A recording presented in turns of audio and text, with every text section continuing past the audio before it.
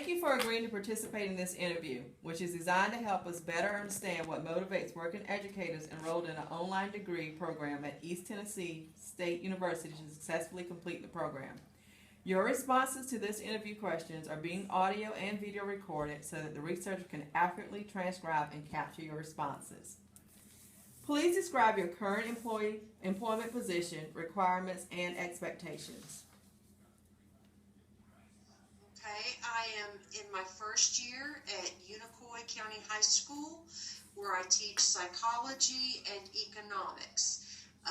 Those courses are open to sophomore, well, they're open through freshmen through seniors, so I have a variety of all of them. Because it's my first year there, I do not have any sort of club or extracurricular activities at this point. Please describe your current social or private obligations outside of your profession. I don't have a lot of social obligations right now. My children are grown. I have one that lives in Knoxville with my grandson, and I have two that live in South Carolina, one of which has my daughter. She has a daughter who's my granddaughter. So I have obligations just to go and see them and visit with them, but I don't have to care for children on a daily basis. I am very active in my church. And then I have some obligations here with my parents. I do have a father that is ill at the moment. Why did you choose to enroll in an online doctoral graduate program instead of a traditional program? Really, I didn't make that choice. All I did was make the choice to go to East Tennessee State University because it's literally about 2 minutes from my house, and the program there just happened to be online. Okay. Please tell me about your short-term goals. My short-term goals is just to get through this year. The last time I was a first-year teacher was 25 years ago, and things were a lot different when you're a lot younger. So keeping up with 2 new classes and having to prep everything I use on a daily basis has been tough. Doing that at the same time as taking a statistics class and a qualitative research class is all I can handle. So right now my goal is just to get through the end of the year. Please tell me about your long-term goals. I'd like to be a superintendent one day. I've done about everything you could think of. I started out as a classroom teacher, and then I was a department chair. I have been a 9th grade academy coordinator. I've been an assistant principal. I've been a principal. So in Charleston, I was on the track to go to the district office. I mean, everything was going, my way. Then I had a family obligation here in Tennessee, and I've had to relocate. And basically, all I've done this year is just get my foot in the door somewhere. It's I found it to be very difficult to get a job here in East Tennessee when you are considered to be an outsider. So I'm just happy. I got my foot in the door. I got a job, as a social studies teacher, and then now my goal is just to kind of work my way back up the ladder. Okay. Please describe your relationship and communication with your professors and classmates. I don't have a lot of communication with my professors other than the daily or the weekly feedback that we get. My statistics professor has everything pre-recorded, and so I just have to click on and watch him. I have had some problems with that. The first time you watch something like an introduction to the class, some of the things that he mentioned at the time really held no meaning. And then when I got into the course and it came up, well, of course, I had no memory of him mentioning something that was specific. So I have lost some points on a few things. I have learned to go back and to rewatch some of the opening videos. And that has helped me. Good, now I feel like I'm on track. With the qualitative research professor, Dr. Smith, we get regular, feedback. If we post something, she's real good about coming back and giving clarification. I am in contact with my classmates. There are a few that I have, developed a relationship with. One in particular, she is a principal in Nashville, and if I have any sort of problems or questions, then, or I just want to complain, then I call her or we text back and forth, and we're normally able to get each other through something if we've, hit a snag. Okay, please describe any challenge you've experienced, if any, with regard to engagement with your professors or classmates. I do miss a traditional setting. I do miss being able to go, back and forth with my classmates and to hear their experiences. I find that you get more of that when you are sitting there face to face. I also felt like I had more give and take back and forth when I was in a class with another professor. I find that in the class that I'm in now, I'm watching myself a lot more. I have to be careful about spelling and grammar, and it makes me not want to communicate as much with my classmates because I'm more afraid of making an error than I was in the past. I found it a lot more helpful when we were able to just type on the fly and go back and forth, and we didn't have to worry about that. I'm just not as comfortable when that part of it is being graded. And I understand the reasoning. I understand that we're supposed to be professionals, and we're supposed to be better at communication than the average Joe. But nobody's perfect, and nobody's perfect all the time. And it does impede the spontaneity of the conversation. Okay, if you have one, describe your support group. It would have to be my family. My mother is very good at making sure that a lot of things are taken care of for me so that I only have to concentrate on my day job, being a teacher, which is the most important job, and then being a student. They're very supportive. Both my parents are very supportive. Okay. Please describe your experience with discussion boards. I didn't have any. I had no experience with discussion boards until I started at ETSU, and I didn't know enough to even ask questions or even know enough to know that I didn't know what I was doing. So when I first started on the discussion board, I had some, where I would start a new thread instead of responding to an existing thread. I didn't know how to. I kept seeing where it would show that I had, 100 unread, responses or something. And I didn't know how to get to that. I didn't know how to click on the reply part.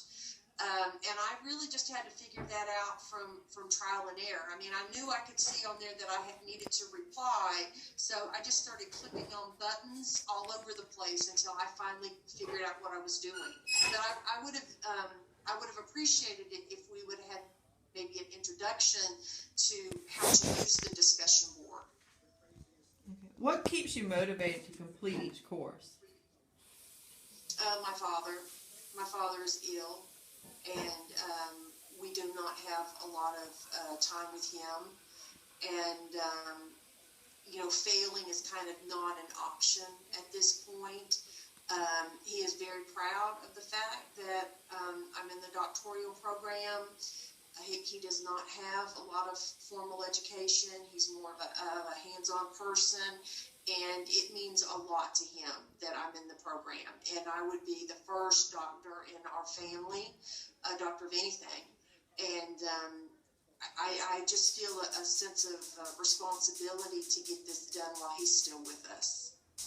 Okay. Please describe any moment when you felt like not completing the program. When I found out I had to take statistics.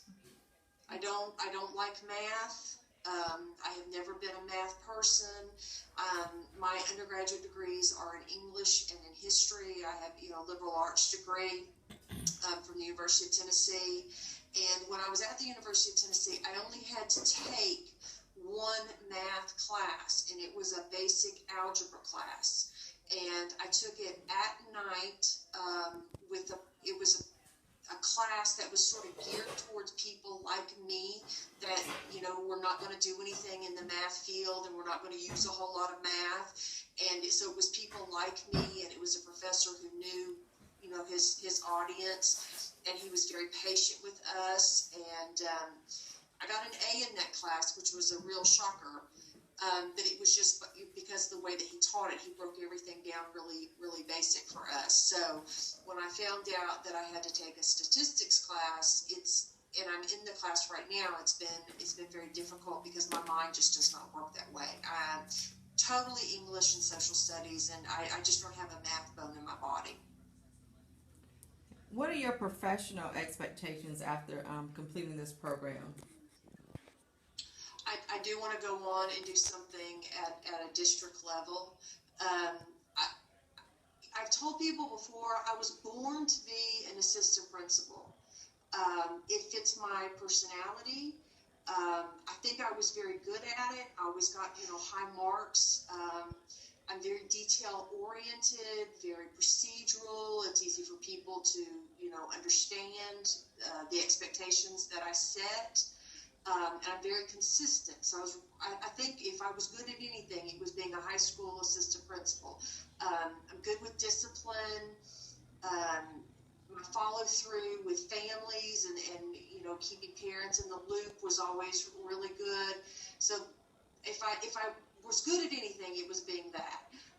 But I think I have a whole lot of experience now. You know, it's been 25 years.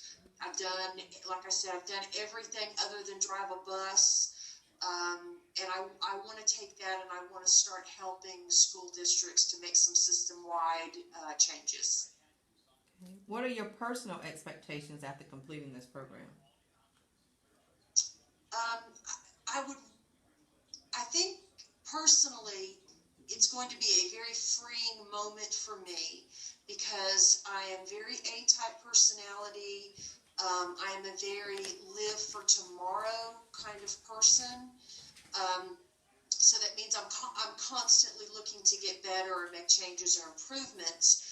And that might not change, but at least when I get the EDD, there's nothing left beyond that educationally, and I can kind of step away from that.